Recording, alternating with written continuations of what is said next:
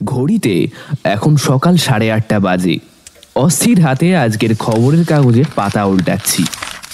ভেতরে ভেতরে এক কাপ চায়ের জন্য শরীরটা একেবারে অস্থির হয়ে উঠেছে, জিভটা একেবারে শুকিয়ে গেছে। অথচ এত বেলা হলো, হাতে এখনো এক কাপ চাও জোটেনি। গলা খাঁকারি দিয়ে একবার হাঁক দিলাম, পুটি, চা হলো তোর?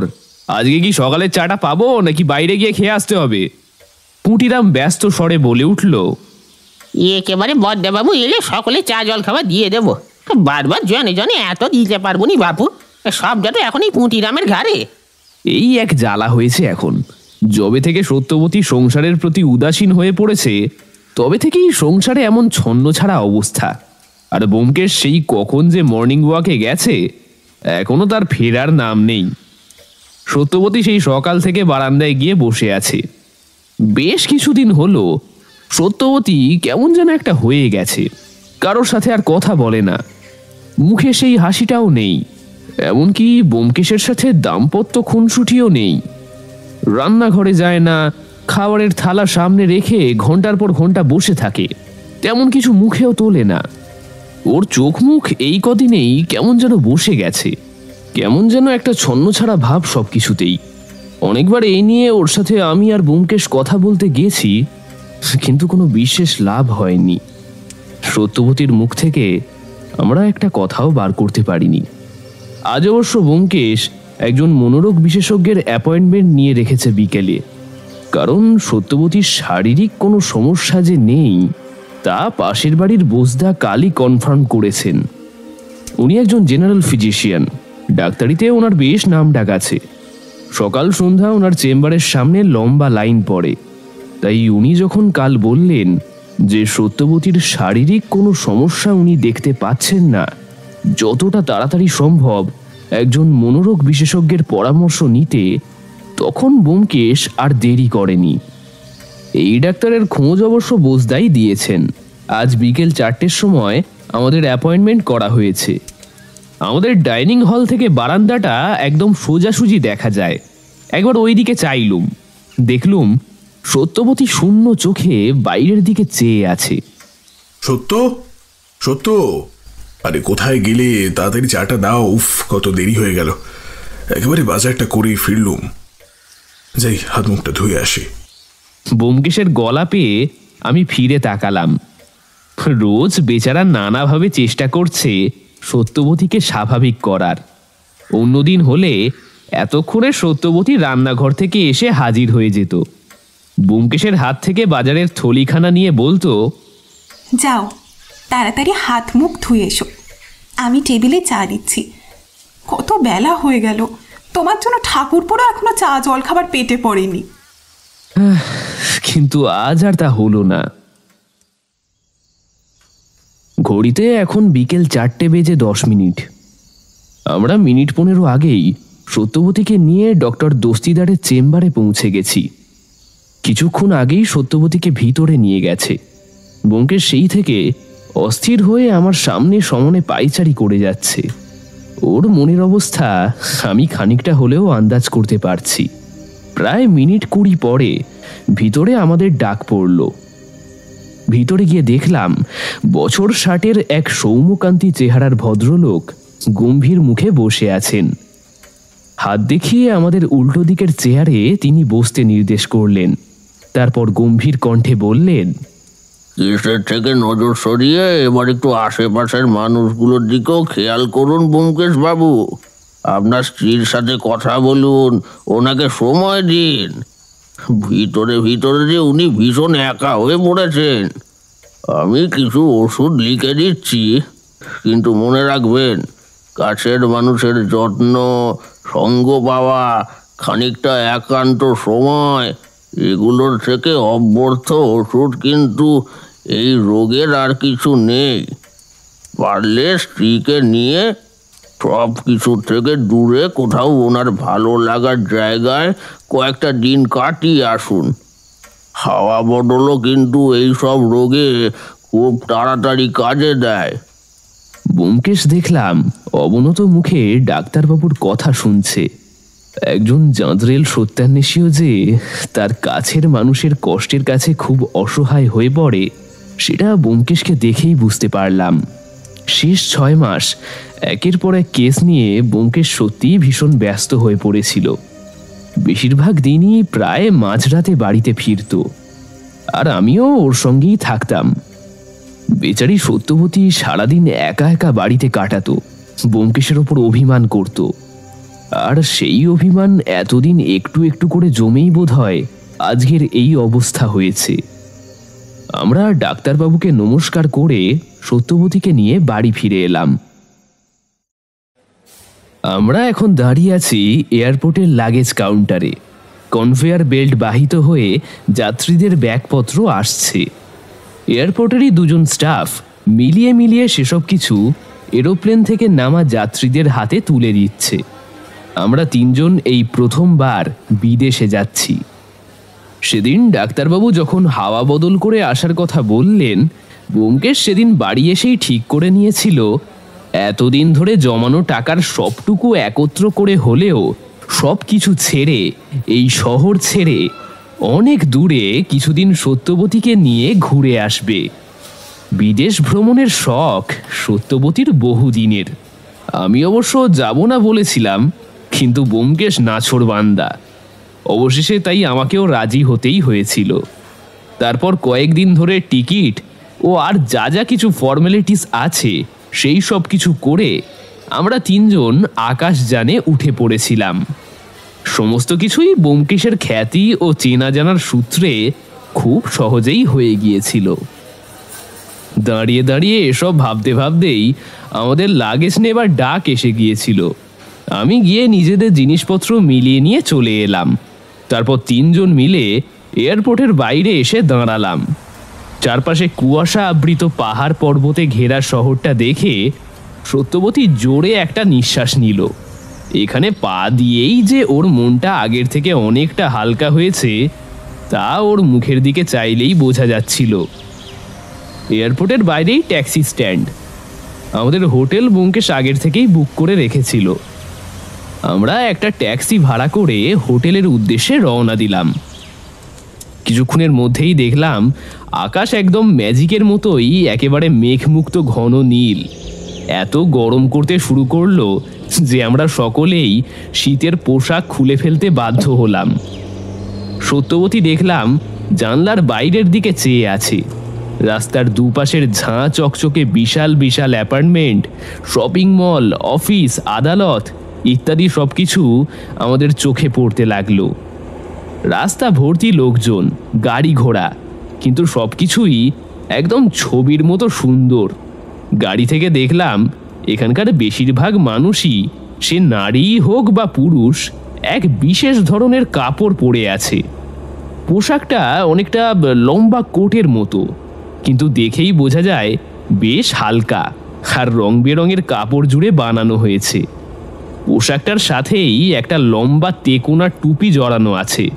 ড্রাইভারকে জিজ্ঞাসা করে জানলাম স্থানীয় ভাষায় একে নাকি তেরচা বলে।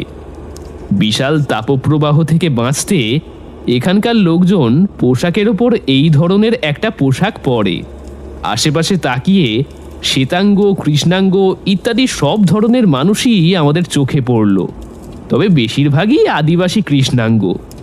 তাদের সারা শরীরে বিভিন্ন ধরনের অদ্ভুত দর্শন উল্কি কাটা, যা ওই পাতলা পোশাকের ভিতর থেকেও একদম স্পষ্টভাবে দৃশ্যমান। এসব নিয়েই আমি আর ব্যোমকেশ কথা বলছিলাম।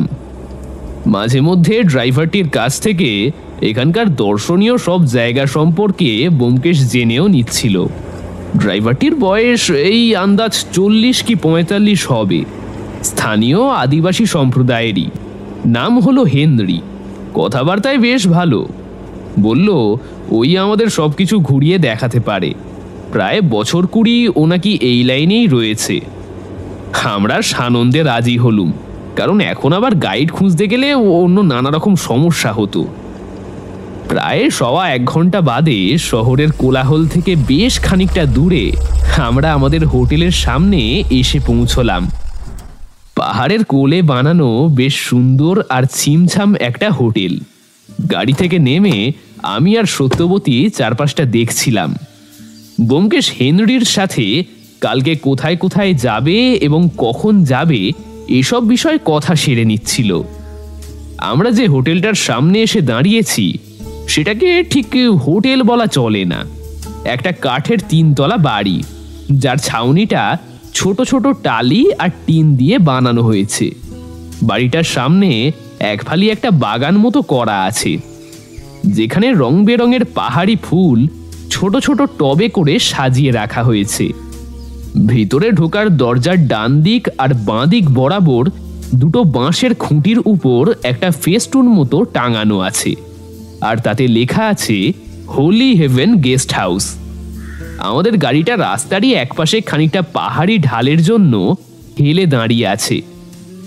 এরই মধ্যে সকালের সূর্যটা মেঘের আড়ালে হারিয়ে যাওয়ায় পুরো উপত্যকা জুড়ে একটা ছায়া নেমে এসেছে যেন। আমরা রিসেপশন হলে গিয়ে ঢুকলাম। একজন ভদ্রলোক দেখলাম মুখে একটা লম্বা চুরুট নিয়ে বসে আছেন আর মাঝে মধ্যেই ধোঁয়া ছাড়ছেন। দেখেই মনে হলো লোকটিও স্থানীয় কৃষ্ণাঙ্গ। আমাদের দুটো পাশাপাশি ঘর নেওয়া হলো। সমস্ত ফর্মালিটিস সম্পূর্ণ করে আমরা দোতলায় আমাদের রুমে পৌঁছলাম। হোটেলেরই একটা অল্প বয়সী ছেলে এসে আমাদের ব্যাগপত্র দিয়ে গেল আর বলে গেল হাত মুখ ধুয়ে বেলা 12টার মধ্যে এখানকার ডাইনিং হলে গিয়ে পৌঁছাতে হবে। 12টার মধ্যেই নাকি এখানে লাঞ্চ সার্ভ করে দেওয়া হয়। যেহেতু আমরা অনেকটাই লেটে এসে পৌঁছেছি, তাই এই মুহূর্তে আর অন্য কোনো খাবার দেওয়া সম্ভব নয়, একেবারে লাঞ্চ করতে হবে। দোতলার দুপাশে লম্বা টানা ঝুল বারান্দা আছে, আর তার পাশে সারি সারি ঘর, মাঝে একটা করিডর। প্রত্যেকটা ঘরে দুটো করে দরজা আছে, একটা বারান্দার আর একটা করিডরের দিকে। আমি আমার রুমে ঢুকে গেলাম। পাশের ঘর থেকে সত্যবতী আর ব্যোমকেশের মৃদু কথাবার্তার আওয়াজ ভেসে আসছে। মনে মনে ভারী খুশি হলাম। ডাক্তারবাবুর হাওয়া বদলের ওষুধ তাহলে ম্যাজিকের মতোই কাজ দিয়েছে। লাল রং করা কাঠের দরজার বাইরে বেরিয়ে আমি ঝুল বারান্দাটায় এসে দাঁড়ালাম। দেখলাম বারান্দার এক প্রান্তে একটা ঘোরানো সিঁড়ি আছে। সিঁড়িটা সোজা নেমে গিয়ে বাগানে গিয়ে মিশেছে। হোটেল থেকে বেশ কিছুটা দূরে মেইন রোড থেকে কিছুটা নিচে পাহাড়ের গায়ে ঝুলে রয়েছে একটা গ্রাম। ঝুম চাষের জন্য যেমন পাহাড়ের ধাপ কেটে জমি বানানো হয়, ঠিক তেমনই পাহাড়ের গায়ে ধাপ কেটে বানানো হয়েছে একটি ছবির মতো সুন্দর গ্রাম। অনেক নিচে গ্রামের ছোট ছোট বাড়িগুলো এখান থেকেই দেখা যাচ্ছে। বাড়ির দেওয়ালের বাহারি রঙগুলো দেখে মনে হচ্ছে পাহাড়ের গায়ে কে যেন নানা রঙের আবির আনমনে ছড়িয়ে দিয়ে গিয়েছে। আমি নির্বিশেষে সেই দিকেই তাকিয়েছিলাম। হঠাৎ ঘোর ভাঙল একটা চাপা খুক খুক কাশির আওয়াজে। দেখলাম বারান্দার শেষ প্রান্তে একজন ভদ্রলোক এক হাতে বাইনোকুলার ধরে আর অন্য হাত মুখে চেপে ধরে কাশি চাপার চেষ্টা করে চলেছেন। কাশির দমকে তার পিঠটা বারবার কেঁপে কেঁপে উঠছে। পোশাক আশাক আর চেহারা দেখে মনে হলো কোনো বাঙালি হয়তো হবেন, হয়তো আমাদেরই মতো হাওয়া বদলের অভিপ্রায়ে এখানে এসেছেন। দেখলুম আমাকে দেখতে পেয়েই সিঁড়ির পাশের ঘরটিতে ভদ্রলোক ব্যস্ত পায়ে ঢুকে গেলেন। এই এক পলকের চোখাচোখিতেই মনে হলো ভদ্রলোককে কোথায় যেন দেখেছি। মনে মনে ভাবলুম ব্যোমকেশকে বলে একদিন গিয়ে ভদ্রলোকের সাথে পরিচয় করে আসব, আর উনি যদি বাঙালি হন তাহলে তো সোনায় সোহাগা। এই বিদেশ বিভুঁইয়ে নিজের দেশের মানুষ দেখলে বড়ই আপন লাগে। হাত মুখ ধুয়ে ব্যোমকেশ, সত্যবতী আর আমি নিচের ডাইনিং হলে এসে পৌঁছলাম। দেখলাম 2-1 বিদেশি ট্যুরিস্ট তাদের লাঞ্চ সারছেন। আমরা গিয়ে জানলার পাশে একটা টেবিলে গিয়ে বসলাম। কিছুক্ষণের মধ্যেই একজন ওয়েটার এসে গরম গরম খাবার দিয়ে গেল। সত্যবতী বলল, ইস, এইসব কাঁচা শাক পাতা খেয়ে কি করে এখানে 15টা দিন কাটাবো কে জানে। এই ঠাকুরপো, জিজ্ঞাসা করো না এখানে বাঙালি খাবার পাওয়া যাবে কিনা, অনেক জায়গাতেই তো রাখে। আমি কিছু বলতে যাব তার আগেই ব্যোমকেশ বলে উঠল, অজিত, যাও যাও দেখো এখানে ডাল ভাত পাওয়া যায় কিনা। আরে তোমার বৌঠানকে বোঝাও যে চারপাশে পাহাড় আছে মানে এটা দার্জিলিং নয় যে চাইলেই এখানে বাঙালি খাবার দাবারও পাওয়া যাবে। সত্যবতী রাগ দেখিয়ে বলে উঠল, ঠাকুরপো, ওনাকে বারণ করো বলছি এরকম করতে। আমি কিন্তু খাবার ফেলেই উঠে যাব। কত করে বলেছিল দুটো মুড়ি অন্তত নিয়ে নি, তা না এখন ঘাস পাতা চিবো। কি দরকার ছিল বাপু একেবারে বিদেশে হাওয়া বদল করতে আসা? আর আমার সত্যর যে বহুদিনের শখ ছিল একবার আকাশপথে উড়ে দেশের বাইরে ঘুরে আসার, আমি কি আমার সত্যবতীর কোনো ইচ্ছা অপূর্ণ রাখতে পারি? ব্যাস এইটুকুতেই কাজ হলো। সত্যবতী লজ্জা লজ্জা মুখে একবার খালি বলল, ধ্যাৎ, বলে ওই আধসিদ্ধ খাবারগুলোকেই যেন অমৃত মনে করে খেতে লাগলো। আমি মনে মনে ব্যোমকেশকে বাহবা দিলুম। খাওয়া দাওয়া শেষ করে টেবিল থেকে উঠে সিঙ্কের দিকে এগোতে যাব এমন সময় দেখলাম বারান্দার বাইনোকুলার হাতের সেই ভদ্রলোকটি দাঁড়িয়ে আছেন। সঙ্গে অবশ্য আরও দুজন ভদ্রলোক আছেন, যাদেরকে নন বেঙ্গলি বলেই মনে হলো। ভদ্রলোক ব্যোমকেশের সামনে এসে দাঁড়িয়ে অবাক হয়ে বললেন, আরে সত্যান্বেষী ব্যোমকেশ বক্সী না? তা আপনি এখানে? আপনার সঙ্গে যে এখানে দেখা হতে পারে তা আমার কল্পনাতীত। চিনতে পারছেন? আরে ডক্টর পাকরাশি যে, আপনাকে না চিনার উপায় আছে? আপনার বিভিন্ন ইনভেনশন চিকিৎসা বিজ্ঞানে যে পরিমাণে আলোড়ন ফেলেছে তা সর্বজন বিদিত। সেদিন একটা সায়েন্স জার্নালে আপনার রিসেন্ট গবেষণার উপর একটা আর্টিকেল পড়লাম। ক্যান্সারের উপর গবেষণায় আপনি তো অনেকটাই এগিয়ে গেছেন, আর আপনি যেই অধমকে চিনতে পেরেছেন এটা আমারই ভাগ্যি ভালো। পাকরাশি বাবু এবার ব্যোমকেশের হাত ধরে বললেন, এইরকম করে বলবেন না। তা কোন রুমে উঠেছেন? আমরা 32 নম্বর রুমে। সন্ধ্যার দিকে আসুন, জমিয়ে গল্পগুজব করা যাবে। সারা জীবন তো মাইক্রোস্কোপে চোখ রেখেই তো গেল। একটা সন্ধ্যা এমন গুণী মানুষের সান্নিধ্য পেলে বড় ভালো লাগবে। আমরা 38 নম্বর আর 39 নম্বর দুটো নিয়েছি। অবশ্যই আড্ডা হবে। আছি এখন দিন 15। যান খেয়ে নিন। অজিত, একটু জিরিয়ে নাও, বিকেল 5টায় বেরোবো। চারপাশটা একটু ঘুরে দেখে আসবো। আমি ঘরে ঢুকে দরজা বন্ধ করে বিছানায় গা এলিয়ে দিলুম। সারা দিনের ধকলের পর সহজেই চোখ লেগে এলো। হঠাৎ দরজায় কড়া নাড়ার আওয়াজে আমার ঘুমটা ভাঙল। ঘড়ির দিকে চেয়ে দেখলুম 5টা বেজে গেছে। দরজায় নিশ্চয়ই ব্যোমকেশ আছে।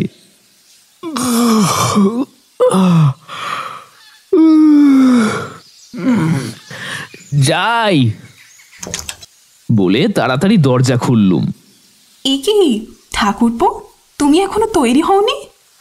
ব্যোমকেশ বলল, এ অজিত, তুমি তাড়াতাড়ি তৈরি হয়ে নিচে এসো, আমরা বাইরেটায় আছি। 10 মিনিটের মধ্যেই তৈরি হয়ে আমি নিচে নামলুম।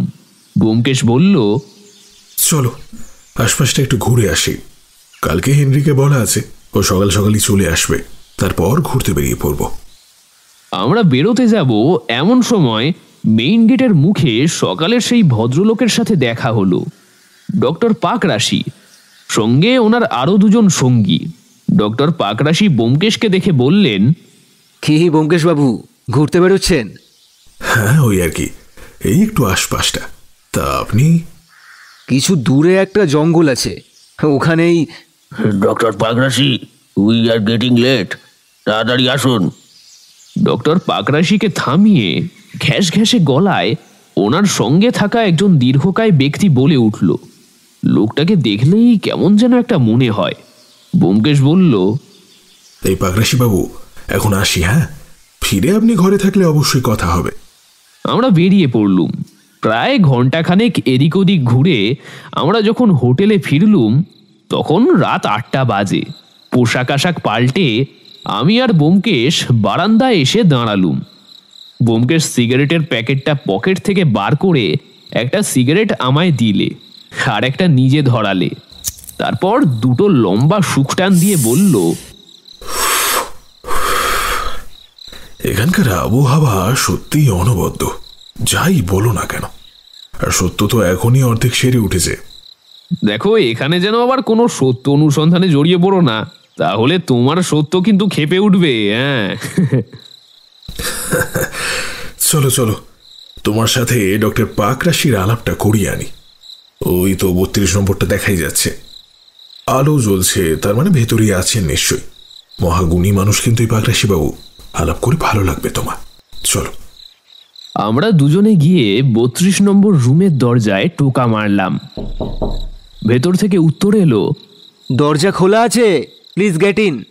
আমরা দরজা ঠেলে ভিতরে ঢুকলাম। ডক্টর পাগরাশি আমাদের দেখে উঠে দাঁড়ালেন, তারপর বললেন, আরে ব্যোমকেশ বাবু, আসুন আসুন, বসুন। তা আপনার সঙ্গীটিকে তো ঠিক চিনলাম না। আগে ইনি অজিত, আমার খুব কাছের বন্ধু। ডক্টর পাগরাশি আমার সাথে করমর্দন করে বললেন, আলাপ হয়ে ভালো লাগলো। তা ব্যোমকেশবাবুর সঙ্গে একজন ভদ্রমহিলাকেও দেখেছিলাম, মিসেস নাকি? ব্যোমকেশ ঘাড় নেড়ে সম্মতি জানালো। ডক্টর পাগরাশি রুম সার্ভিসে ফোন করে 3টে কফি দিয়ে যেতে বললেন। কিছুক্ষণের মধ্যেই গরম গরম ধোঁয়া ওঠা কফি আমাদের রুমে হাজির হয়ে গেল। আমাদের গল্প একেবারে জমে উঠল। জানা গেল ভদ্রলোক এখানে গবেষণা সংক্রান্ত একটি সিক্রেট মিশনে দিন 7 আগে নাকি এসেছেন। সঙ্গে ওনার আরও 2 বিজ্ঞানী বন্ধু এসেছেন, ডক্টর অগাস্টিন এবং ডক্টর মার্গারেট। দুজনেই ভারতীয় খ্রিস্টান। ওনারা দুজনও এই হোটেলেরই 3 তলায় রয়েছেন। আরও নানা কথাবার্তার মধ্য দিয়ে রাত বাড়তে লাগলো। ঘন্টা 1.5 পরে আমরা ডক্টর পাগরাশির কাছ থেকে বিদায় নিয়ে উঠে পড়লাম। ডিনারের সময় হয়ে গিয়েছে। সত্যবতী বেরিয়ে এসে একটু শুয়েছিল, এতক্ষণে সেও ঘুম থেকে উঠে পড়েছে নিশ্চয়ই। পরের দিন সকাল 8টায় হেনরি গাড়ি নিয়ে হাজির হলো। আমরা রেডি হয়েছিলাম। ব্রেকফাস্ট সেরেই আমরা বেরিয়ে পড়লুম। মানতেই হবে হেনরি দারুণ গাইড। একদিনেই আমাদের অনেকগুলো জায়গা দেখিয়ে দিল। আমরা যখন ফিরলুম তখন সন্ধ্যা হব। হেনরি গাড়ি থেকে নেমে ব্যোমকেশের সাথে কথা বলছিল। হঠাৎ দেখলুম আগের দিনের ডক্টর পাগরাশির সেই বিজ্ঞানী বন্ধুদ্বয়। ওনাদের মধ্যে একজনকে দেখে হেনরি দেখলাম চমকে উঠল। তারপর আমাদের আগামীকাল তৈরি থাকতে বলে তড়িঘড়ি গাড়িতে উঠে বেরিয়ে গেল। ব্যাপারটা একটু অদ্ভুত লাগলেও আমরা খুব একটা আমল দিলাম না। এরপর 5 দিন আমরা প্রচুর ঘুরলাম। খাবার সমস্যাটুকু বাদ দিলে সত্যবতীর এখন খুশির অন্ত নেই। সারাদিন ঘুরছে, পছন্দের ছোটখাটো ঘর সাজানোর জিনিসপত্র কিনছে, কল কল করে কথা বলছে, ব্যোমকেশের সাথে খুনসুটি করছে। আগের বৌঠানকে ফিরে পেয়ে আমরাও ভীষণ খুশি। 6 নম্বর দিনে আমরা তাড়াতাড়ি ডিনার সেরে শুয়ে পড়েছিলাম। হঠাৎ একটা ঝনঝন করে কাঁচ ভাঙার শব্দে আমার ঘুমটা ভেঙে গেল। ঘড়িতে তখন রাত 1টা বাজে। দরজা খুলে বাইরে বেরিয়ে দেখলাম ব্যোমকেশও বেরিয়েছে। ব্যোমকেশ ওর চশমাটা পড়তে পড়তে বলল, আওয়াজটা কোথা থেকে এলো বলো তো অজিত? বারান্দার দিকের ঘোরানো সিঁড়ির কাছ থেকে মনে হলো। চলো দেখি। আমরা বারান্দার সিঁড়ির দিকে এগোতে যাব এমন সময় দেখলাম পড়িমড়ি করে ডক্টর পাগরাশি আমাদের দিকে ছুটে আসছেন। আমরা দৌড়ে গিয়ে ওনাকে ধরলাম। ব্যোমকেশ ওনাকে ধরে নিয়ে গিয়ে ওনার ঘরে বসালো। ওনার ঘরে গিয়ে দেখলাম বিছানার ঠিক মাথার দিকের জানলাটা, যেটা বারান্দামুখী, সেটার কাঁচ টুকরো টুকরো হয়ে মেঝেতে পড়ে আছে। ব্যোমকেশ ডক্টর পাগরাশিকে 1 গ্লাস জল দিল। উনি এক নিঃশ্বাসে চুমুক দিয়ে সবটুকু জল শেষ করে বললেন, আমি তখন বিছানায় ঠেস দিয়ে একটা জার্নাল পড়ছিলাম। হঠাৎ করে একটা ঝনঝন শব্দ আর একটা কাগজে মোড়া ঢিল আমার গায়ে এসে লাগলো। আমি সেটাকে তুলে নিয়ে দেখলাম কাগজে লেখা লিভ অর ডাই। এইসব দেখে আমি ভীষণ ভয় পেয়ে কি করব যখন ঠিক করে উঠতে পারছিলাম না, তখন আপনাদের কথা মনে হলো। দরজা খুলে দৌড়ে আপনাদের কাছে যাচ্ছিলাম। তারপর দেখলাম আপনারাও আওয়াজ পেয়ে বেরিয়ে এদিকেই আসছেন। ব্যোমকেশবাবু, আমাকে কেউ মারতে চায়। সেই একই ঘটনার পুনরাবৃত্তি ঘটতে চলেছে ব্যোমকেশবাবু। আমাকে প্লিজ বাঁচান। একমাত্র আপনিই পারেন আমাকে বাঁচাতে। প্লিজ ব্যোমকেশবাবু। এই পর্যন্ত বলে উত্তেজনা আর ভয়ে ডক্টর পাগরাশি হাঁপাতে লাগলেন। ব্যোমকেশ বলল, শান্ত হন পাগরাশি বাবু, আপনি আগে শান্ত হন। অজিত, তুমি পাগরাশি বাবুর কাছে একটু থাকো, আমি বাইরেটা একটু দেখে আসি। সাবধানে যেও, চারপাশে কাঁচের টুকরো ছড়িয়ে আছে। বলে ব্যোমকেশ কাঁচের টুকরোগুলোকে ডিঙিয়ে সাবধানে পা ফেলে বারান্দায় চলে গেল।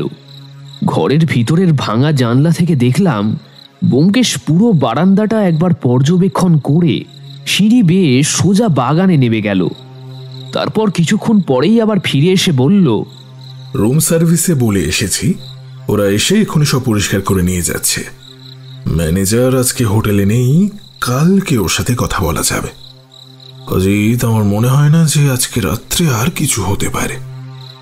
কিছুক্ষণের মধ্যেই রুম সার্ভিসের একটি ছেলে এসে ভাঙা কাঁচের টুকরোগুলো পরিষ্কার করে দিয়ে গেল। আমরা ডক্টর পাগরাশিকে আশ্বস্ত করে আমাদের নিজেদের ঘরে ফিরে এলাম। পরের দিন আর সকাল সকাল বেরোতে পারলাম না। আগের রাতের ব্যাপারটা একটু খতিয়ে দেখার জন্য ব্যোমকেশ হোটেল থেকেই ফোন করে কার এজেন্সিতে হেনরিকে খবর পাঠালো যেন সকাল 10টা নাগাদ আসে। সকাল 7টা নাগাদ আমরা ডাইনিং হলে ব্রেকফাস্ট করার জন্য নামলাম। দেখলাম ডক্টর পাগরাশি এবং তার 2 সতীর্থ আগের থেকেই টেবিলে বসে আছেন। এক রাতের মধ্যেই ডক্টর পাগরাশির চোখের তলায় কালি পড়ে গেছে। এই কদিনে যতবার ভদ্রলোকের সাথে দেখা হয়েছে ততবারই ওনার মুখে হাসি দেখেছি, কিন্তু আজ ভদ্রলোকের শুকিয়ে যাওয়া মুখটা দেখে আমার ভারী মায়া হলো। ব্যোমকেশকে দেখতে পেয়ে ভদ্রলোক মনে হয় একটু আশ্বস্ত হলেন। তিনি বললেন, আসুন ব্যোমকেশবাবু, অগাস্টিন গেছে ম্যানেজারকে ডাকতে। সত্যবতী আজকে ব্রেকফাস্ট করবে না বলেছিল, তাই আমি আর ব্যোমকেশই আজকে ব্রেকফাস্ট করতে নেমেছিলাম। আমরা দুজনে ডক্টর পাগরাশিদের টেবিলের উল্টো দিকে টেবিলটায় বসলাম। কিছুক্ষণ বাদেই দেখলাম সেই ঘ্যাস ঘ্যাসে গলার আওয়াজের ভদ্রলোক, কি যেন ডক্টর অগাস্টিন না কি যেন, উনি ম্যানেজার ভদ্রলোককে ধমকাতে চমকাতে নিয়ে আমাদের এদিকেই আসছেন। এই হলো লোকটার এক দোষ, ওর গলার স্বর শুনলেই কিরকম একটা সরীসৃপের মতো শীতল অনুভূতি হয়। ম্যানেজার বাবু এসে কালকের ঘটনার জন্য ডক্টর পাগরাশির কাছে ক্ষমা চাইলেন। তিনি বললেন, স্যার, এত নিরাপত্তা রক্ষী প্রত্যেকটা জায়গায়, তা সত্ত্বেও কী করে এমনটা হতে পারে আমি ঠিক ভাবতে পারছি না। নিরাপত্তার দিকটায় স্যার আমি আরও কড়া নজর দেব, আপনি চিন্তা করবেন না। আশা করি আর এরকম ঘটনা কোনোদিনও ঘটবে না। ব্যোমকেশ ম্যানেজারকে জিজ্ঞেস করলো, আচ্ছা, আগের রাতে 1টা নাগাদ মেন গেটে যে গার্ডে ছিল তাকে একটু ডেকে পাঠান। আগে রাত 1টা নাগাদ আমাদের গার্ডদের ডিউটি শিফট হয়। সন্ধ্যা 7টা থেকে যে প্রহরায় থাকে সে 1টা নাগাদ বাড়ি চলে যায়। সেকেন্ড শিফট যার থাকে সে 1টা 5 নাগাদ জয়েন করে যায়। আচ্ছা, তার মানে 1টা থেকে 1টা 5 পর্যন্ত মেন গেট অরক্ষিত ছিল। তার মানে এই ভাগেই কেউ। ঠিক আছে, ঠিক আছে, আপনি যান আর দেখবেন এরপর থেকে সেকেন্ড শিফটের গার্ড এলেই তবেই যেন ফার্স্ট শিফটের গার্ড বাড়ি যায়, তার আগে নয়। ঠিক আছে?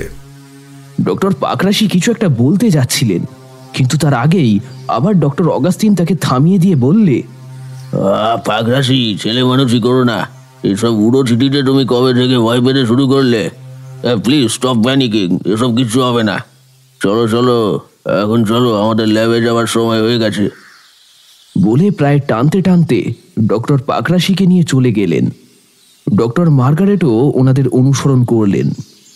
ব্যোমকেশ চোয়াল শক্ত করে কিছুক্ষণ সেই দিকে তাকিয়ে থেকে বলল, চলো অজিত, গিয়ে তৈরি হয়নি, বেরোতে হবে।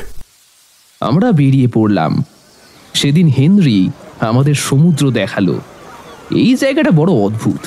এখানে যেমন বিশাল ঘন জঙ্গল আছে, তেমনি আবার বিশাল বিশাল সব পাহাড়, খরস্রোতা নদী, আবার উত্তাল সমুদ্রও আছে। এমন সহাবস্থান চট করে চোখে পড়ে না। সমুদ্রের পাড়ে ঝিনুকের তৈরি সুন্দর সুন্দর সব মালা বিক্রি হচ্ছিল। ব্যোমকেশ পছন্দ করে একটা মালা কিনে সত্যবতীকে পরিয়ে দিল। আজও আমাদের হোটেলে ফিরতে প্রায় রাত্রি 7:30 বেজে গেল। এখন চারপাশে বেশ ঠান্ডা। এখানকার আবহাওয়া এরকমই, দিনের বেলা ঠিক যতটা গরম, রাতে ঠিক ততটাই ঠান্ডা। দিনের বেলা তাপমাত্রা প্রায় 40 ছুঁই ছুঁই, আবার রাতে সেই তাপমাত্রাই 6 ডিগ্রিতে নেমে যায়। হেনরি তো বলেছিল কখনো কখনো নাকি তুষারপাতও হয়। আজও সেরকমই একটা রাত মনে হচ্ছে। আমরা কাঁপতে কাঁপতে হোটেলের রুমে ঢুকে গেলুম। ঢোকার মুখে দেখলুম কয়েকজন ট্যুরিস্ট লনে আগুন জ্বালিয়ে তাদের শরীর গরম করছে। আমরা তাড়াতাড়ি ডিনার সেরে নিজের নিজের রুমে গিয়ে কম্বলের তলায় সেঁধলুম। সারাদিন ধরে ঘুরে বেরোনোর ক্লান্তিতে আমার খুব তাড়াতাড়ি চোখ লেগে এলো। আবার হঠাৎ মাঝরাতে কাঁচ ভাঙার শব্দে আমার ঘুমটা ভেঙে গেল। ঘড়িতে তখন দেখলাম ঠিক রাত 1টা বাজে। আমি উঠে দরজা খোলার আগেই দেখলাম একটা পায়ের আওয়াজ দুদ্দার শব্দ করে সিঁড়ি দিয়ে নিচে নেমে গেল। ঠিক তার পিছু পিছু আরেকটা পায়ের শব্দ দৌড়ে সিঁড়ি বেয়ে নিচে নেমে তারপর কোথায় যেন মিলিয়ে গেল। বারান্দার দিকের দরজা খুলতেই ইমেল হাওয়ায় আমার প্রায় দাঁত কপাটি লেগে যাওয়ার জোগাড় হলো।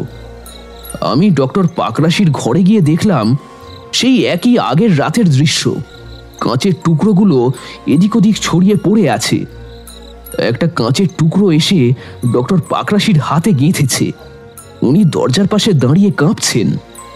কিছুক্ষণের মধ্যেই ব্যোমকেশ এলো। একটুর জন্য হাত ফসকে গেল, তবে চিন্তা নেই, পাখি খুব শিগগিরই ধরা পড়বে।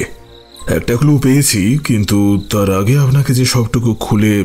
হে কি ডক্টর, আপনার হাতটা তো অনেকটাই কেটে গেছে। এ বাবা, এখনই ফার্স্ট এড করতে হবে। হে অজিত, যাও সত্যকে বলো ফার্স্ট এড বক্সটা নিয়ে আসতে। সত্যবতী এসে ফার্স্ট এড করে দিয়ে তারপর নিজের ঘরে চলে গেল।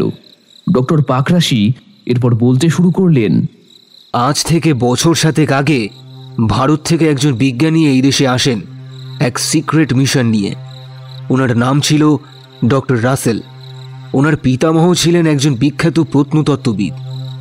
তিনি ভারতেই এক ঐতিহাসিক স্থানে খনন কার্য চালাতে গিয়ে একটা চামড়ার বটুয়া আবিষ্কার করেন, যেটার মধ্যে তিনি 2টো কাগজের মতো টুকরো উদ্ধার করেন, যার মধ্যে একটা নকশা ছিল আর একটা অজানা ভাষায় 1 লাইন কিছু লেখা ছিল, যেটা তিনি সেই সময় সরকারের হাতে তুলে দেননি। তবে অনেক চেষ্টা করেও তিনি সেই লিপির পাঠোদ্ধার করতে পারেননি। পরবর্তীকালে তার পুত্র, যিনিও একজন বিখ্যাত বিজ্ঞানী ছিলেন, তিনি সেই লিপির পাঠোদ্ধার করতে পেরেছিলেন। নকশাটা ছিল এই দেশেরই কোনো এক গুপ্ত গুহার, আর অন্য একটি কাগজে লেখা ছিল কোনো এক মারণ ব্যাধি নিরাময়ক ওষুধ বানানোর ফর্মুলা। উনি অনুমান করেছিলেন ওই নকশা ধরে এগোলেই খোঁজ পাওয়া যাবে এমন কোনো জিনিসের যা কোনো মারণ ব্যাধির অব্যর্থ ঔষধি বানাতে কাজে লাগে। তবে তিনি এই মহৌষধির অভিযানে যেতে পারেননি। তার আগেই তার মৃত্যু হয়। পিতামহ ও পিতার অপূর্ণ কাজের দায়িত্ব নিজের কাঁধে তুলে নেন ডক্টর রাসেল। তিনি এদেশে আসেন এবং এই হোটেলে এই রুমে থেকেই তার অভিযান চালাতে শুরু করেন।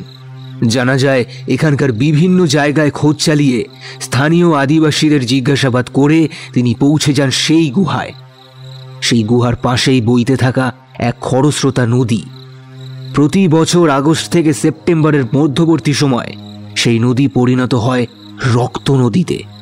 সেই রক্ত নদীর পাশেই আছে এক গুহা। সেই খরস্রোতা রক্ত নদীর স্রোত বারবার সেই গুহায় আছড়ে পড়ায় গুহার পাথরের ক্ষয় হতে থাকে। আর ওই সময় ওই গুহার গায়ে জেগে ওঠে এক উদ্ভিদ। সেই উদ্ভিদের ফুল ব্যবহার করেই উদ্ধার হওয়া লিপির ফর্মুলা অনুযায়ী বানানো যায় মারণ ব্যাধির ঔষধি। ডক্টর রাসেল সফল হয়েছিলেন সেই ঔষধি বানানোয়। ওই ফুলের নাম দিয়েছিলেন রেড ব্লাড ফ্লাওয়ার। তিনি একটি ডকুমেন্টারি বানাচ্ছিলেন, কিন্তু এই সব হদিশ ও সেই ফর্মুলা ভারত সরকারের হাতে তুলে দেওয়ার আগেই রহস্যজনকভাবে এই হোটেল রুমেই তার মৃত্যু হয়। পোস্টমর্টেমেও ওনার মৃত্যুর কোনো ভ্যালিড রিজন কিন্তু পাওয়া যায়নি। আর তার মৃত্যুর সাথেই হারিয়ে যায় সেই রেড ব্লাড ফ্লাওয়ারের রহস্য। তবে তার সেই ডকুমেন্টারিটি উদ্ধার হয়েছিল, যার থেকে এত তথ্য জানা যায়। কিন্তু হাজার হাজার বছরেও বিনষ্ট না হওয়া সেই লিপি দুটির খোঁজ পাওয়া যায়নি। ওনার মৃত্যুকেও ওনার সতীর্থরা স্বাভাবিক মৃত্যু বলে মানতে নারাজ। এতটা বলে একটু থামেন ডক্টর পাকরাশি। তারপর একটু দম নিয়ে তিনি আবার বলতে শুরু করেন, কিন্তু আশ্চর্যের ব্যাপার কি জানেন তো ব্যোমকেশবাবু? বছর 3 আগে একজন বিজ্ঞানী আসেন এখানে ডক্টর রাসেলের আবিষ্কৃত সেই রেড ব্লাড ফ্লাওয়ারের খোঁজে। সরকার এই রুম সিল করে দিয়েছিলেন, কিন্তু সরকারি পারমিশন নিয়ে এই রুমেই থাকা শুরু করেন তিনি। কিন্তু রহস্যজনকভাবে তিনিও এই রুমে মারা যান। কিন্তু আমি এইবারে এই অভিযানে কোনো রকম সরকারি সহায়তা পাইনি। এই রুম রীতিমতো সরকারিভাবে বন্ধ করে দেওয়া হয় সেই দ্বিতীয় মৃত্যুর পর। সরকার দুটো মৃত্যুর কারণ উদ্ধার করতে না পারলেও নিছক কাকতালীয় বলে উড়িয়ে দেয়নি। সরকারের সন্দেহ হয় যে কোনো ব্যক্তি বা দল হয়তো সেই ফর্মুলার লোভে হত্যা করছে বিজ্ঞানীদের, কিন্তু প্রমাণের অভাবে এই নিয়ে বেশি দিন তদন্ত করা যায়নি। আমাকে ম্যানেজারকে ঘুষ দিয়ে এই রুমে থাকার ব্যবস্থা করতে হয়েছে। আমার দুই সঙ্গীও আমার এই গোপন অভিযানের কথা জানে না। তারা জানে না আমরা একটা অন্য মিশনে। আমি যে সেই গুহার খোঁজ পেয়েছি মিস্টার বক্সি। তবে কি এবার আমার পা বলি হঠাৎ মেঝেতে ডক্টর পাকরাশি ঢলে পড়েন। ঘটনার আকস্মিকতায় আমি আর ব্যোমকেশ একেবারে হতভম্ব হয়ে যাই। মুহূর্তের বিহ্বলতা কাটিয়ে ব্যোমকেশ ডক্টর পাকরাশির নাড়ি চেক করতে যায়। ব্যোমকেশ, ডক্টর পাকরাশির কি হলো? ডাক্তারকে খবর দেব? আমি জিজ্ঞেস করি ব্যোমকেশকে। ব্যোমকেশ খলিত কণ্ঠে বলে, পুলিশকেও খবর দিতে হবে অজিত, কারণ উনি আর বেঁচে নেই। পরের দিনটা আমাদের ভীষণ ব্যস্ততার সঙ্গে কাটে। এখানকার পুলিশ এসে বডিটাকে পোস্টমর্টেমে নিয়ে যায়। তবে একইভাবে পোস্টমর্টেমে ডক্টর পাকরাশির মৃত্যুটাকেও স্বাভাবিক মৃত্যু বলা হয়। রুটিন মাফিক এনকোয়ারি হয়। তবে ব্যোমকেশ এই মৃত্যুকে স্বাভাবিক মৃত্যু বলে মানতে নারাজ। আমরা ডক্টর পাকরাশির মৃত্যুর পূর্বে ওনার মুখ থেকে যা কিছু শুনেছি তাতে অন্তত এই মৃত্যুটাকে স্বাভাবিক মৃত্যু বলে উড়িয়ে দেওয়ার কোনো প্রশ্নই ওঠে না। ব্যোমকেশ আমাদের দেশের পুলিশ ও গোয়েন্দা দফতরের সাথে যোগাযোগ করেছে। এখন ভারত সরকার এই কেসটাকে নিজের দায়িত্বে নিয়েছেন, আর তার জন্য তারা দেশ থেকে দুজন পুলিশ অফিসারকে পাঠাচ্ছেন যারা ব্যোমকেশের খুবই পরিচিত। ডক্টর পাকরাশির দুই সতীর্থকেও পুলিশের অনুমতি ছাড়া দেশের বাইরে যেতে নিষেধ করা হয়েছে। ব্যোমকেশের তৎপরতায় এত কিছু হওয়ায় ওনারা ব্যোমকেশের ওপর বেজায় চটে রয়েছেন, তা ওনাদের আচরণ দেখলেই স্পষ্ট বোঝা যাচ্ছে। তবে ব্যোমকেশ এই কেসে নামার আগে সত্যবতীর কাছে অনুমতি চেয়ে নিয়েছে, কারণ এদেশে আসার আগে সত্যবতীকে সে কথা দিয়েছিল যে এই কদিন সে কোনো রকম কেসে জড়াবে না। কিন্তু এই ঢেকি স্বর্গে গেলেও ঠিক ধান ভাঙবে। তবে বৌঠান বলেছেন, আমাকে তুমি আর লজ্জা দিও না। একজন মানুষের জন্য কাজ করতে গিয়ে মারা গেলেন, তার মৃত্যু রহস্য উদ্ঘাটন করা তো সত্যান্বেষী হিসাবে তোমার কর্তব্য। এ ব্যোমকেশের যোগ্য সহধর্মিনীর মতোই কথা বটে। তাই ব্যোমকেশ পুরো দমে ডক্টর পাকরাশির মৃত্যু রহস্য খুঁজে বের করতে লেগে পড়েছে। তার দৃঢ় ধারণা ওই 32 নম্বর রুমের 3টে মৃত্যুই কোনো একটা সূত্রে গাঁথা আছে। পরের দিনই দুজন অফিসার এদেশে এসে পৌঁছেছেন। একজন অফিসার হলেন ঋষিকেশ ব্যানার্জি, অপরজন সৌরিশ রায়। দুজনেই ব্যোমকেশের সুপরিচিত। অফিসার ব্যানার্জি এসে বললেন, কি ব্যোমকেশ বাবু, তদন্ত কদ্দূর? আপনি থাকতে আমরা এখানে বাহুল্য মাত্র। কি বলেন অজিত বাবু? হ্যাঁ? ব্যোমকেশ হেসে বলে, আরে না, তদন্ত করবেন তো আপনারাই। তবে আমার জানা কিছু কথা আমি আপনাদের জানিয়ে যেতে চাই, হয়তো তদন্তে আপনাদের কিছু সাহায্য হতে পারে। ডক্টর পাকরাশির মৃত্যুর আগের দিন থেকে উনি ঠিক রাত 1টায় একটা থ্রেট লেটার পাচ্ছিলেন, যাতে লেখা ছিল লিভ অর ডাই। আমি নিশ্চিত এই লেটার যে ছুঁড়েছিল সে এই হোটেলেই আছে এখনো। প্রথমেই তাকে খুঁজে বার করা দরকার। সে কিভাবে জানলো পাকরাশিবাবু মারা যেতে চলেছেন, আর সেই কি মৃত্যুর জন্য দায়ী?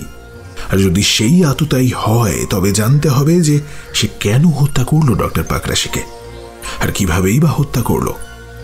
আপনি এক কাজ করুন, আপনি এই হোটেলের সমস্ত লোকজনকে ইনক্লুডিং বোর্ডার, স্টাফ, সকলকে ডাইনিং হলে ডেকে পাঠান। আমি সকলকে জিজ্ঞাসাবাদ করতে চাই। ব্যোমকেশের কথা মতো সকলকে ডাইনিং হলে ডেকে পাঠানো হলো। ডাইনিং এর পাশের এক রুমে এক এক করে সকলের জিজ্ঞাসাবাদও ব্যোমকেশ ও অফিসার ব্যানার্জি শুরু করলেন। প্রায় ঘন্টা 3 বাদে জিজ্ঞাসাবাদ শেষ হলে সকলে যে যার কাজে চলে যাওয়ার পর ব্যোমকেশ বলল, আপনারা যান, আমি একটু বাইরে থেকে ঘুরে আসি। আর অজিত, হেনরিকে বলা আছে তুমি আর বৌঠান গিয়ে আজকে ঘুরে এসো। আমি এক প্রকার নিমরাজি হয়ে চলে এলাম, কারণ কিছুদিন আগে পর্যন্ত বৌঠানের যা মনের অবস্থা ছিল তাতে এইসব খুন তদন্ত এসবের মধ্যে থাকলে ওর শরীর খারাপ হতে পারে। আমি রেডি হয়ে বেরোতে যাব, এমন সময় দেখি ব্যোমকেশ হন্তদন্ত হয়ে ঢুকছে, হাতে একটা পলিথিন ব্যাগ। কি ব্যাপার জিজ্ঞেস করাতে ব্যোমকেশ বলল, যা ভেবেছিলাম তাই অজিত, পাখি প্রমাণ লোপাট করার চেষ্টা করেছিল, সেই প্রমাণ এখন আমার হাতে। তবে এই বেলাটা অপেক্ষা করি, বুঝলে, দেখি সে হটকারিতা করে আর কোনো ভুল করে কিনা। সেদিন বেরিয়ে আসার পর ব্যোমকেশের কথা মতো ব্যোমকেশ, আমি আর 2 অফিসার সোজা গিয়ে ঢুকি স্টাফ কোয়ার্টারে। এই হোটেলের স্টাফ কোয়ার্টারটা একটা বড় হল রুমের মতো। এখানেই হোটেলের 6 জন স্টাফ থাকে। ব্যোমকেশ ভিতরে গিয়ে তাদের মধ্যে একজন স্টাফকে দেখিয়ে বলল, অফিসার ব্যানার্জি, অ্যারেস্ট করুন একে। এই ডক্টর পাকরেশিকে থ্রেট লেটার ছুটতেন। লোকটা ভয় পালাতে যায়, কিন্তু অফিসাররা লোকটাকে সঙ্গে সঙ্গে ধরে ফেলে। এরপর লোকটাকে অ্যারেস্ট করে জিজ্ঞাসাবাদের জন্য নিয়ে যাওয়া হয়। ব্যোমকেশ লোকটাকে প্রশ্ন করে, বলুন, ডক্টর পাকরাশিকে কিভাবে মারলেন? লোকটা প্রায় কেঁদে ফেলে বলল, বিশ্বাস করুন স্যার, আমি এবারে ওনাকে মারতে চাইনি, আমি তো ওনাকে বাঁচাতেই চেয়েছিলাম। আর তাই তো 2 দিন ওনাকে চিঠি দিয়ে আমি এখান থেকে চলে যেতে সাবধান করেছিলাম। কিন্তু আপনি কি করে জানলেন যে ওনার উপর হামলা হতে পারে? কারণ আগের 2 বার। বলুন, আগের 2 বার কি? বিশ্বাস করুন স্যার, আমি যা করার সব না জেনে করেছি, আর তার শাস্তিও আমার সর্বশক্তিমান দিয়েছেন।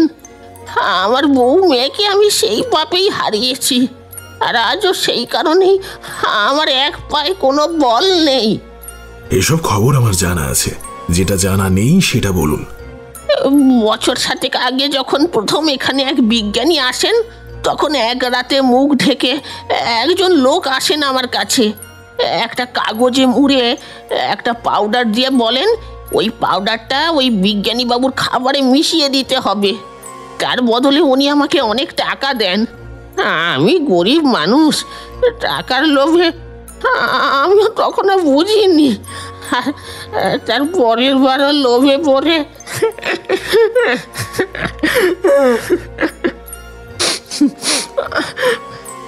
এরপর 2 হাত দিয়ে মুখ ঢেকে লোকটা ডুকরে কেঁদে ওঠে। ব্যোমকেশ বলল, আপনি লোকটিকে দেখলে চিনতে পারবেন? না স্যার, লোকটির পুরো মুখটা তো ঢাকা ছিল, তবে লোকটার কণ্ঠস্বরটা না একটু অন্যরকম ছিল। আমার স্পষ্ট মনে আছে স্যার, লোকটা কেমন যেন একটা মেয়েলি কণ্ঠস্বরে কথা বলছিল। স্ট্রেঞ্জ। ব্যোমকেশের ভ্রু দুটো দেখলাম কুঁচকে উঠল। তারপর ব্যোমকেশ অফিসারদের বলল, সব এই লোকটিকে হেফাজতে নিন অফিসার। হ্যাঁ, আর আমি না বলা পর্যন্ত ছাড়বেন না। সেদিন সন্ধেতে আমরা লনে বসে চা খাচ্ছিলাম। আমি ব্যোমকেশকে বললাম, আচ্ছা ব্যোমকেশ, আমায় একটা কথা বলো তো, তুমি কি করে জানলে যে এই লোকটাই আসল কালপ্রিট? ব্যোমকেশ চায়ে একটা লম্বা চুমুক দিয়ে তারপর বলল, না হে অজিত, এই আসল কালপিট নয়, এই তো কেবল পড়ে। যেদিন ডক্টর পাকরাশিকে হত্যা করা হয়েছিল, সে রাতে যখন হোটেলের এই লোকটা কাঁচ ভেঙে ওই চিরকুটটা ভেতরে পাঠাচ্ছিল, আমি ওর পিছু নিয়েছিলাম, কিন্তু সিঁড়ি দিয়ে দৌড়ে নিচে নেমে গিয়ে আমি আর লোকটাকে দেখতেই পাইনি। লোকটা যেন হাওয়ায় মিলিয়ে গিয়েছিল। ফিরে আসছিলাম, হঠাৎ মনে হলো সেদিন সন্ধ্যায় খুব ঠান্ডা পড়ার জন্য এই হোটেলেরই কিছু বোর্ডার এদিক ওদিক ইতস্তত আগুন জ্বালিয়ে আগুন পোহাচ্ছিল। আগুন নিভে যাওয়ার পর তার ছাই এদিক ওদিক পড়েছিল। যদি কোনো জুতোর ছাপ পাওয়া যায় সে আশাতেই আমি টর্চ জ্বালিয়ে সিঁড়ির আশেপাশে খুঁজে দেখছিলাম। ঠিক তখনই এখানে এক বিশেষ ধরনের জুতোর ছাপ দেখতে পাই, যেটাকে বলে অর্থোপেডিক শু। এই জুতোর গঠনগুলো একটু আলাদা ধরনের হয়। সাধারণত যাদের পায়ে কোনো সমস্যা আছে বা শরীরের অন্য কোনো সমস্যার জন্য হাঁটতে অসুবিধা হয়, তারাই এই ধরনের জুতো পরে আর কি। কেন জানি না আমার বারবার মনে হচ্ছিল এই হোটেলেরই কেউ এর সাথে জড়িত। কারণ ভেবে দেখো অজিত, প্রথম দিন রাত 1টা থেকে 1:05 পর্যন্ত মেন গেটে ডিউটি শিফটিং এর কারণে অরক্ষিত থাকলেও পরের দিন তো তা ছিল না। তবে পাহারাদারদের নজর এড়িয়ে বাইরের কেউ ভেতরে ঢুকে কি করে এই কাজ করতে পারে? আমি তাই সেদিন সকলকে জিজ্ঞাসাবাদের জন্য ডেকে পাঠিয়েছিলাম, কিন্তু আশ্চর্যজনকভাবে কারো হাঁটাচলার মধ্যেই কোনো অস্বাভাবিকতা দেখতে পাইনি। কিন্তু হোটেলের স্টাফদের বয়ান অনুযায়ী আমি জানতে পেরেছিলাম এই হোটেলের নিয়ম অনুসারে প্রত্যেক স্টাফ পালা করে বাজার করে, শুধুমাত্র ওই লোকটি বাদে। কারণ লোকটি নাকি বেশি হাঁটাচলা করতেই পারেন না, বেশি হাঁটলে তার সমস্যা হয়। আর এতগুলো বোর্ডারের পছন্দ অনুযায়ী নানান ধরনের খাবারের জন্য বাজার করতে হলে তো বেশ ভালো মতোই ঘোরাঘুরি করতে হয়ে থাকে, তাই সে চায় না বাজার করতে।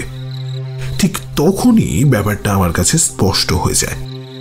আমি বুঝতে পারি যে আমি যে সন্দেহ করছি সেটা লোকটা বুঝে গেছে, তাই যতটা সম্ভব স্বাভাবিকভাবেই হাঁটাচলা করছে, অন্তত আমার সামনে। অর্থোপেডিক শুটাও আর সে পরেনি। আমি লুকিয়ে ওই স্টাফের জিনিসপত্র তল্লাশি করি, কিন্তু কিছুই পাই না। পরে নজর যায় ওই হল রুমেরই জানলার দিকে। জানলা দিয়ে নিচে তাকিয়ে দেখি জানলার নিচের ঝোপঝাড়ের এক অংশ একটু নুয়ে পড়েছে। সাধারণত ভারী কিছু ওপর থেকে পড়লেই এরকম ভাবে গাছপালা নুয়ে পড়ে আর কি। নিচে গিয়ে দেখি আমার সন্দেহই ঠিক, একজোড়া অর্থোপেডিক শু ওখানেই পড়ে আছে, যার সোলে ছাইয়ের ট্রেসও পাওয়া গেছে। যাই হোক ব্যানার্জি, আপনাকে এখনই আমার একটা কাজ করে দিতে হবে। এই হোটেলে 7 বছর আগে যে কদিন ওই বিজ্ঞানী ডক্টর রাসেল ছিলেন, সেই কদিনে এই হোটেলের ল্যান্ড ফোনের কল রেকর্ডটা আমাকে একটু বের করে এনে দিতে হবে। সে হয়ে যাবে ব্যোমকেশ বাবু, আমায় খালি আজকের রাতটা সময় দিন। ব্যানার্জি বাবু বলেন। পরের দিন সকালবেলা সৌরিশবাবু এসে কল রেকর্ডটা ব্যোমকেশের হাতে দেয়। ব্যোমকেশ মনোযোগ সহকারে সেটাকে দেখতে থাকে। তারপর খানিক বাদেই আপন মনে বলতে থাকে, স্ট্রেঞ্জ, বাঙালি বিজ্ঞানী। ডেটটা একটু আসছে বলে ব্যোমকেশ সোজা রিসেপশনের দিকে এগিয়ে যায়। আমিও ব্যোমকেশের পিছু নিই। দেখি ও গিয়ে টেলিফোন কানে নিয়ে কার যেন একটা নম্বর ডায়াল করছে। হ্যালো, হ্যাঁ, হেনরিকে একটু পাঠিয়ে দেবেন। Hotel Holy Heaven. কিছুক্ষণ বাদে হেনরি এলে ব্যোমকেশ একাই ওর গাড়িতে করে কোথায় যেন বেরিয়ে যায়। সেদিন ব্যোমকেশ যখন ফেরে তখন প্রায় সন্ধ্যা হয়ে গিয়েছে। সারাদিনের ধকলে ওর চেহারা তখন একেবারে বিধ্বস্ত। এসেই দুজন অফিসারকে ডেকে বলে, অফিসার, এখনই ডক্টর অগাস্টিন আর ডক্টর মার্গারেটের এখানকার পার্সোনাল ল্যাবে আমাদেরকে যেতে হবে। অনেক প্রশ্নের উত্তর এখনো মিলছে না, তবে দেখবেন এ কথা যেন কাকপক্ষিতেও টের না পায়। রাত তখন প্রায় 9:30 বাজে। আমরা চারজনে ডক্টর অগাস্টিন আর ডক্টর মার্গারেটের ল্যাবের উদ্দেশ্যে বেরিয়ে পড়লাম। ওখানে গিয়ে ব্যোমকেশ বেশ কিছুক্ষণ তল্লাশি করার পর একটা এভিডেন্স ব্যাগে কিছু হোয়াইট পাউডারের মতো রিএজেন্ট ভরে নিয়ে তারপর হোটেলে ফিরে আসে। হোটেলে এসে এই এভিডেন্স ব্যাগটাকে ব্যোমকেশ ফরেন্সিক টেস্টে পাঠায়। পরের দিন রিপোর্ট পাওয়ার পর ব্যোমকেশ রিপোর্টটা হাতে নিয়ে বলে ওঠে, স্ট্রেঞ্জ, সিম ডিসকভারি। অথচ এটা নিয়ে তো 7 বছর আগেই গবেষণা বন্ধ হয়ে গিয়েছিল। এর ফর্মুলা তো একমাত্র... এটা কি করে সম্ভব? এটা কি করে সম্ভব? হ্যাঁ, কিছু ভেবে পাচ্ছি না, কি করে সম্ভব এটা। এসব বিড়বিড় করতে করতে ব্যোমকেশ অস্থিরভাবে খালি পায়চারি করতে থাকে। বেশ কিছুক্ষণ এমন করে অস্থিরভাবে পায়চারি করার পর সে হঠাৎ চিৎকার করে ওঠে, ঠিক ঠিক ঠিক ঠিক, এতক্ষণ কেন এটা আমার মাথায় আসেনি? হ্যাঁ, হ্যাঁ, বারে বারে ঘুঘু তুমি খেয়ে যাও ধান, এইবারে দেখাচ্ছি মজা। চলো অজিত, অফিসারদের সাথে কথা বলে একবার 3 তলা থেকে ঘুরে আসি, লাগলে তুক না লাগলে তাক, কি বলো? হ্যাঁ। ব্যোমকেশের এই অদ্ভুতভাবে কথা বলার অর্থ আমি ভালোই বুঝি। ও যখন খুনি পর্যন্ত প্রায় পৌঁছে যায়, ঠিক তখনই ও এরকম ভাবে কথা বলে। তাহলে কি ব্যোমকেশ? না, উত্তেজনায় এবার আমার পেটটা গুড়গুড় করে উঠল। কিন্তু আমি জানি এখন ব্যোমকেশকে জিজ্ঞাসা করলে কোনো কথার উত্তরই ও এখন দেবে না। যতক্ষণ না ও নিজে থেকে মুখ খোলে ততক্ষণ ধৈর্য ধরা ছাড়া আর কোনো উপায় নেই। পরের দিন ভোর 4টে, চারিদিক একেবারে কুয়াশাচ্ছন্ন, 1 হাত দূরে পর্যন্ত কাউকে দেখা যাচ্ছে না। আমরা 4 জন জঙ্গলের মধ্যে দিয়ে এক ছায়ামূর্তির পিছু নিয়েছি। এখানকার জঙ্গলের ঘনত্ব খুব বেশি, সমান তালে ঝোপঝাড় রয়েছে।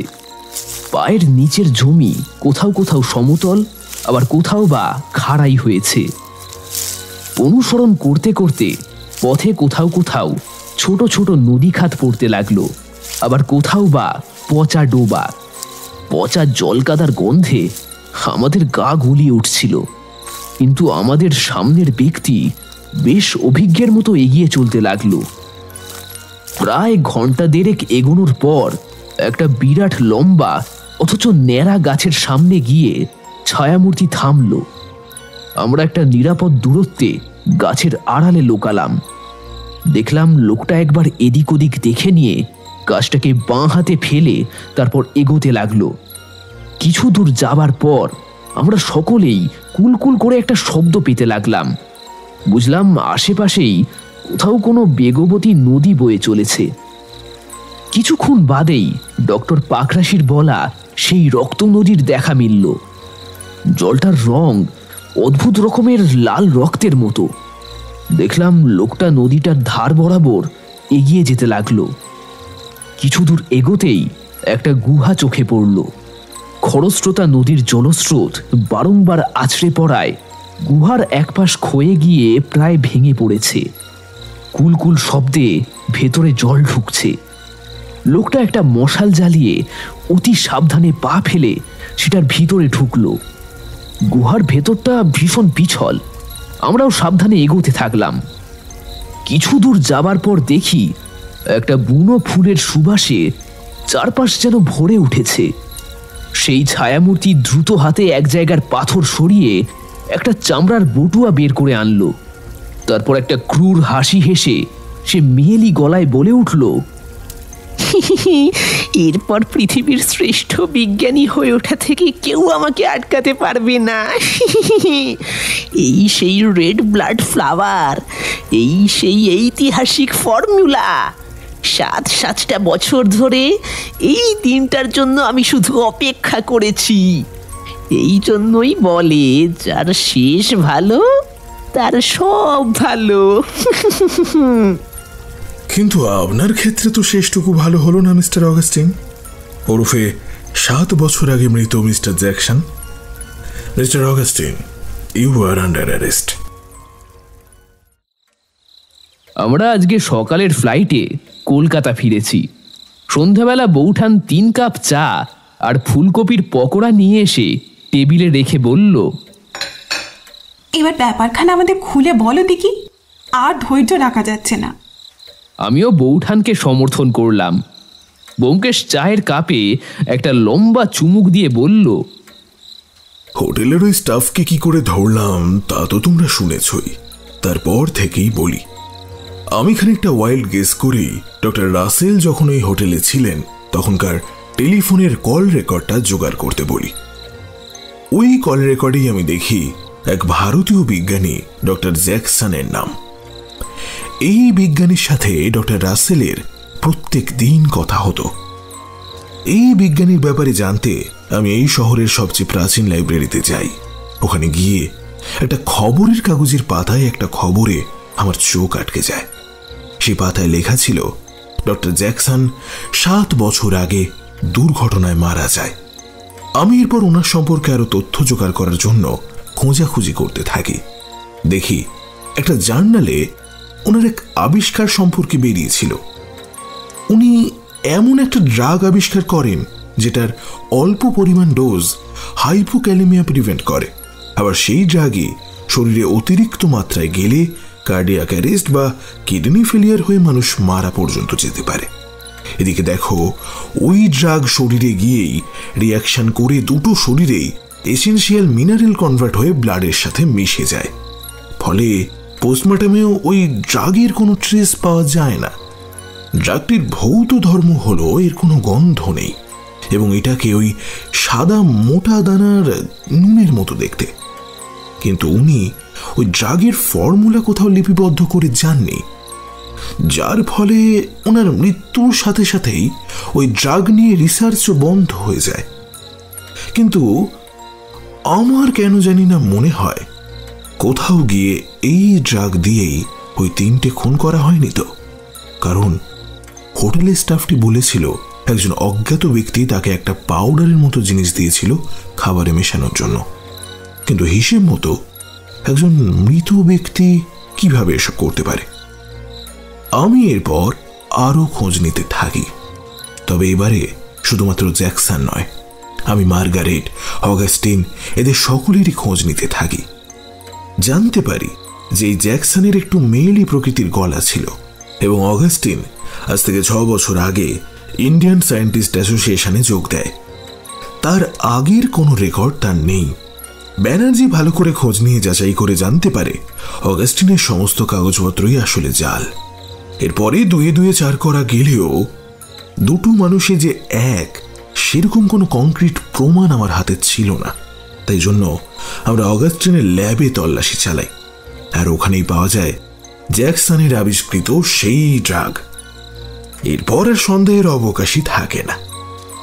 হেনরির সাথে গাড়িতে ফেরার সময় হেনরি জানায় যে অগাস্টিনকে ওর খুব চেনা চেনা লাগছে। যেহেতু এই হোটেলে ও অনেক বছর আগে থেকে যাতায়াত করছে, তাই ওর এই কথাও আমার সন্দেহকেই আরো কংক্রিট করে। অগাস্টিন আমাদের বলেছিলেন উনি প্রথমবার এই দেশে এসেছেন। আচ্ছা, যদি তাই হয় তাহলে হেনরির ওকে চেনা চেনা লাগার কথা নয়। এইখানেই ওর মিথ্যেটা ধরা পড়ে যায়। আর তারপর তুমি আর আমি 3 তলায় গিয়ে ওকে শুনিয়ে শুনিয়ে বলতে থাকি ওই গুহার খোঁজ পুলিশ পেয়েছে। পরের দিনই আমরা তল্লাশি চালাতে যাব সেখানে। আর কি জানো, এতেই কাজ হয়। ফর্মুলা হাতছাড়া যাতে না হয় সেজন্যই ভোর রাতে অগাস্টিন ওরফে জ্যাকসন গুহা অভিযান চালায়, আর যথারীতি আমাদের জালে ধরা পড়ে। হোটেলের ওই স্টাফ জ্যাকসনের কণ্ঠস্বর শনাক্ত করেছে বলে ব্যোমকেশ থামল। তারপর বলল, দেখলে, বলতে বলতে আমার চাটাই জুড়িয়ে গেল। সে আমি আরেক কাপ চা আনতে বলছি রমলাকে। তুমি তার আগে বলো তো, এমন কাজ উনি কিভাবে করলেন, কেন করলেন? ডক্টর রাসেল আর ডক্টর জ্যাকসন দুজনেই খুব ভালো বন্ধু ছিলেন। উনি ওনার সেই রেড ব্লাড ফ্লাওয়ারের আবিষ্কারের কথা হোটেল থেকেই ফোন করে তার বন্ধুকে জানিয়েছিলেন এবং এও বলেছিলেন ওই ফর্মুলা সহ বটুয়া তার কাছেই আছে এবং তিনি সায়েন্স অ্যাসোসিয়েশনকে সেটা খবর দিয়েছেন। খুব শীঘ্রই তিনি পৃথিবীর হাতে তুলে দেবেন তার এই আবিষ্কার। কিন্তু বন্ধুর মুখোশধারী জ্যাকসন বন্ধুর এই খবরে মোটেও খুশি হতে পারেননি। পৃথিবীর শ্রেষ্ঠ বিজ্ঞানী হবার লোভ তাকে দিয়ে এক জঘন্য চক্রান্ত করায়। উনি নিজের আবিষ্কার দিয়েই নিজের বন্ধুর প্রাণ নাশ করেন, কিন্তু ওনার উদ্দেশ্য সফল হয়নি। উনি এই ফর্মুলা এবং নকশা কোনোটাই খুঁজে পাননি। উনি ভেবেছিলেন নকশা আর ফর্মুলা বোধহয় ডক্টর রাসেলের কাছে হোটেলের রুমেই আছে, কিন্তু ভগবান এখানে তার খেলা খেলে দেন। কোনোভাবে রাসেলের কাছ থেকে ওই বটুয়া ওই গুহাতেই পড়ে যায়। কিন্তু জ্যাকসন হাল ছাড়েননি। যেহেতু ওনার কণ্ঠস্বর আর সবকিছুই পুরুষদের থেকে আলাদা, তাই সহজেই ওনাকে আইডেন্টিফাই করা যায়। সেই ভেবে উনি ওনার মৃত্যুর রিউমার ছড়িয়ে দেন, নিজে ছদ্মবেশ ধারণ করেন এবং নিজের কণ্ঠস্বর বদলে ওরকম অদ্ভুত এক ঘ্যাস ঘ্যাসে আওয়াজে কথা বলতে শুরু করেন। তারপর আবার এক বিজ্ঞানী বন্ধুর সাথে এখানে এসে একসাথে খুঁজতে থাকেন। দুজনের মিলিত প্রচেষ্টায় খুঁজে বের করেন সেই রক্ত নদী যার জল অগস্ট থেকে সেপ্টেম্বরের মধ্যে পাহাড় ক্ষয় হয়ে আসা মিনারেলস মিশে গিয়ে লাল রক্তের মতো হয়ে যায়। তারা দুজনে খুঁজে পান সেই গুহা, সেই রেড ব্লাড ফ্লাওয়ার, কিন্তু ফর্মুলা তারা খুঁজে পাননি। কিন্তু এবারে ডক্টর জ্যাকসনের বন্ধু বিজ্ঞানী নিজেই গবেষণা করে ফর্মুলা বের করেন। এবারে এনাকেও হত্যার ষড়যন্ত্র করে সমস্ত ক্রেডিট একা নেওয়ার ব্যবস্থা করেন অগাস্টিন রূপে জ্যাকসন। কিন্তু এই বিজ্ঞানী কিছু একটা সন্দেহ করে সমস্ত ফর্মুলাটাই বিনষ্ট করে দেয়। এবারেও বিফল হন মিস্টার অগাস্টিন। এরপরে তিনি জানতে পারেন ডক্টর পাকরাশির এই গোপন অভিযানের কথা। তিনি লক্ষ্য রাখতে থাকেন ওনার অভিযানের ওপর। ডক্টর পাকরাশি সেই বটুয়া ওই গুহায় খুঁজে পান, কিন্তু ওখানে ওটা সেফ থাকবে ভেবে নিজের সাথে আর নিয়ে আসেননি। কিন্তু ডক্টর পাকরাশি নিজের অজান্তেই এই বটুয়া রেড ব্লাড ফ্লাওয়ারের হদিশ তুলে দেন ডক্টর জ্যাকসনের হাতে। হ্যাঁ, জ্যাকসন এরপর ডক্টর পাকরাশিকে হত্যা করেন আর ভাবেন যে পরিস্থিতি থিতিয়ে এলে ওই ফুল আর ফর্মুলা নিয়ে দেশে ফিরে আসবেন, মারণ ব্যাধির ওষুধ আবিষ্কারক হিসাবে সারা জগতে নাম করবেন। কিন্তু হতস্মি, ওনার এই প্ল্যানে বাঁধ সাধলাম আমি, যেটার মুখেই সবকিছুই স্বীকার করেছে ডক্টর অগাস্টিন তথা ডক্টর জ্যাকসন। আমি মাথা নেড়ে বললাম, কিন্তু ব্যোমকেশ, ডক্টর পাকরাশিকে উনি মারলেন কিভাবে? ডক্টর পাকরাশি তো আমাদের সামনেই, আর ওই হোটেলের স্টাফটিও তো এইবারে। ব্যোমকেশ বলল, অজিত, এখানেও ডক্টর জ্যাকসনের দূরদর্শিতারই জয় হয়েছে। উনি বুঝিয়েছিলেন যে হোটেলের ছেলেটি ডক্টর পাকরাশিকে সাবধান করছে, আর আবার সে চেষ্টা করবে যাতে ডক্টর পাকরাশি ওদের ছেড়ে চলে যান। তাই জন্যই সুযোগ বুঝে উনি জানলার কাছে মাখিয়ে দিয়ে যান ওনার তৈরি সেই ড্রাগ, যেটা ঢিল ছোড়ার সাথে সাথেই ভেঙে গিয়ে ভাঙা কাচের একটা টুকরো গিয়ে গাঁথে ডক্টর পাকরাশির শরীরে। ব্যাস, সঙ্গে সঙ্গে বিষক্রিয়া শুরু করে সেটা। কিছুক্ষণের মধ্যেই মৃত্যুর কোলে ঢলে পড়েন ডক্টর পাকরাশি। ভেবে দেখো অজিত, কি অদ্ভুত না? তিনজন বিজ্ঞানীর রক্ত দিয়ে সার্থক করে দিয়ে গেলেন এই রেড ব্লাড ফ্লাওয়ারের নাম। ভাবা যায়? দেখেছো কাণ্ড? পুঁটিরাম এখনো চা দিয়ে গেল না। পুঁটিরাম!